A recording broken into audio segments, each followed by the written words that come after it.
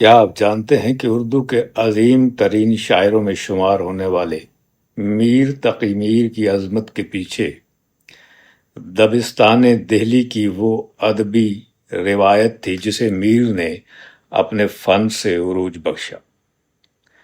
میں ہوں آغا جہانگیر بخاری، 4 صدیوں کا عینی شاہد، اور آج سناؤں گا ایک ایسی داستان جس میں صرف شاعری نہیں بلکہ ایک پورے عہد کی دھڑکن محفوظ ہے۔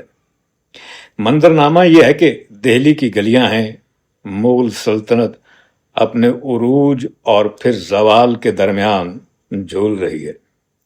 شاہی ایوانوں میں ساز و سرود کی محفلیں سجی ہیں، مگر دوسری طرف تاریخ کے افق پر طوفان بھی منڈلا رہے ہیں۔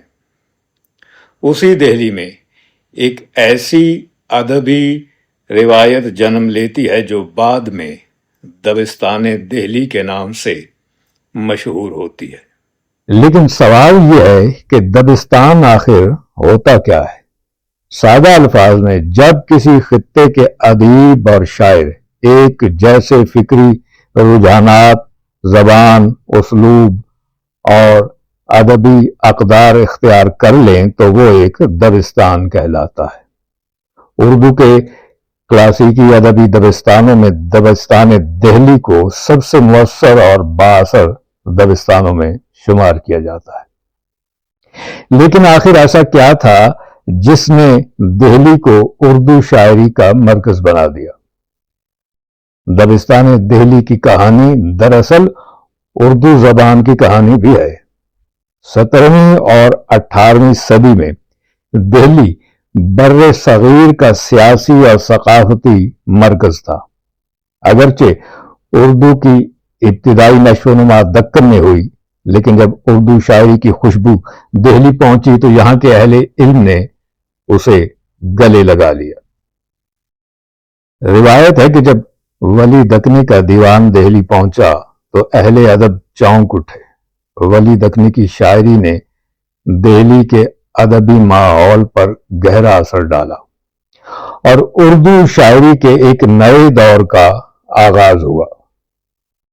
مگر دبستان دہلی کی اصل شناخت کیا تھی؟ یہاں کی شاعری میں بناوٹ کم اور سچائی زیادہ تھی۔ لفظ سادہ تھے لیکن معنی گہرے، جذبات نرم تھے لیکن اثر دیر پا۔ یہاں شاعر محض محبوب کے حسن کا ذکر نہیں کرتا بلکہ اپنے دل کی کیفیت، زندگی کے دکھ، انسان کی بے بسی اور روحانی جستجو کو بھی بیان کرتا ہے۔ دبستان دہلی کے شاعر مشکل لفظوں کی بجائے وہ زبان بولتے تھے جو عام لوگ بازاروں، گلیوں اور گھروں میں بولتے تھے۔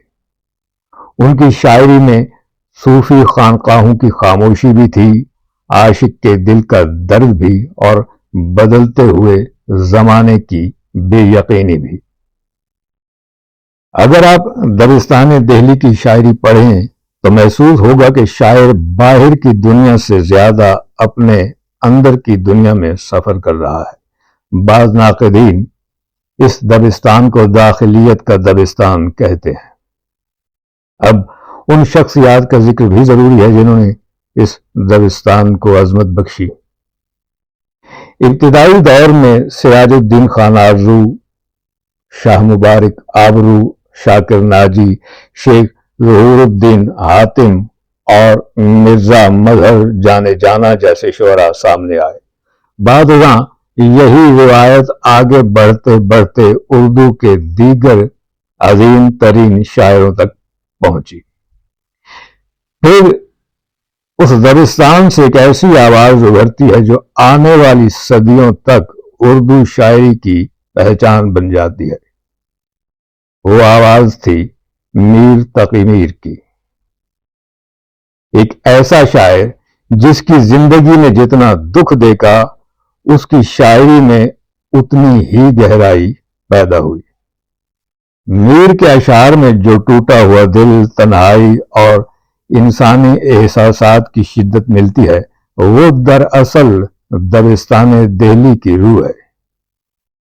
میر کا یہ شعر تو ضرب المثل بن گیا ہے، پتا پتا بوٹا بوٹا حال ہمارا جانے ہے، جانے نہ جانے گل ہی نہ جانے باغ تو سارا جانے ہے۔ یہی وہ درد اور داخلیت ہے جس نے میر کو دوسرے شاعروں سے ممتاز کر دیا، اور میر کی نفسیاتی گہرائی کا اندازہ اس شعر سے بھی لگایا جا سکتا ہے۔ کوئی تم سا بھی کاش تم کو ملے، مدعا ہم کو انتقام سے ہے۔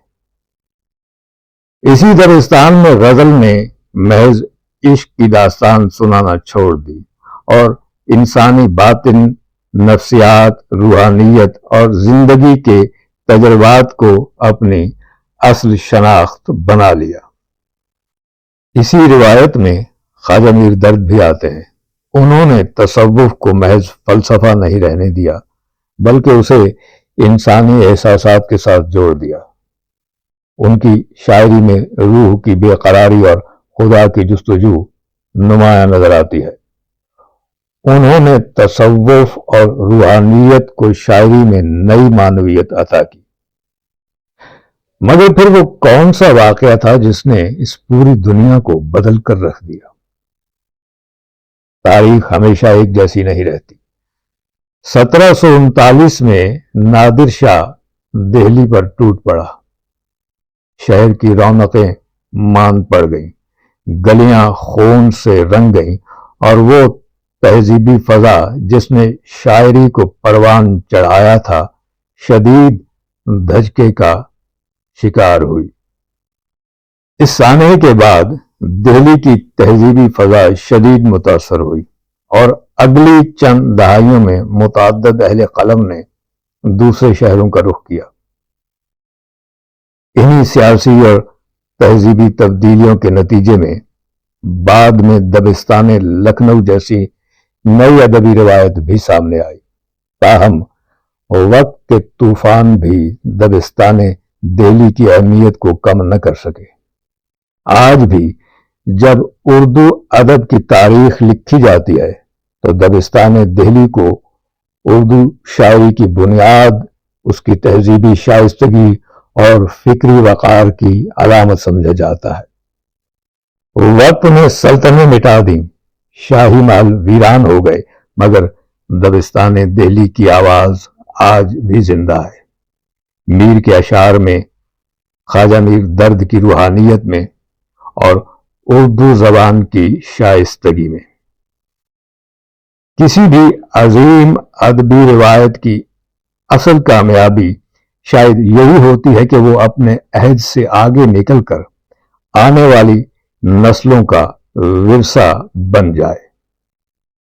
یہ کہنا بے جانا ہوگا کہ اگر دبستان دہلی وجود میں نہ آتا تو اردو شاعری کی صورت یقیناً مختلف ہوتی، کیونکہ بعض اوقات ایک شہر صرف تاریخ نہیں بناتا بلکہ ایک پوری زبان کی تقدیر بھی لکھ دیتا ہے۔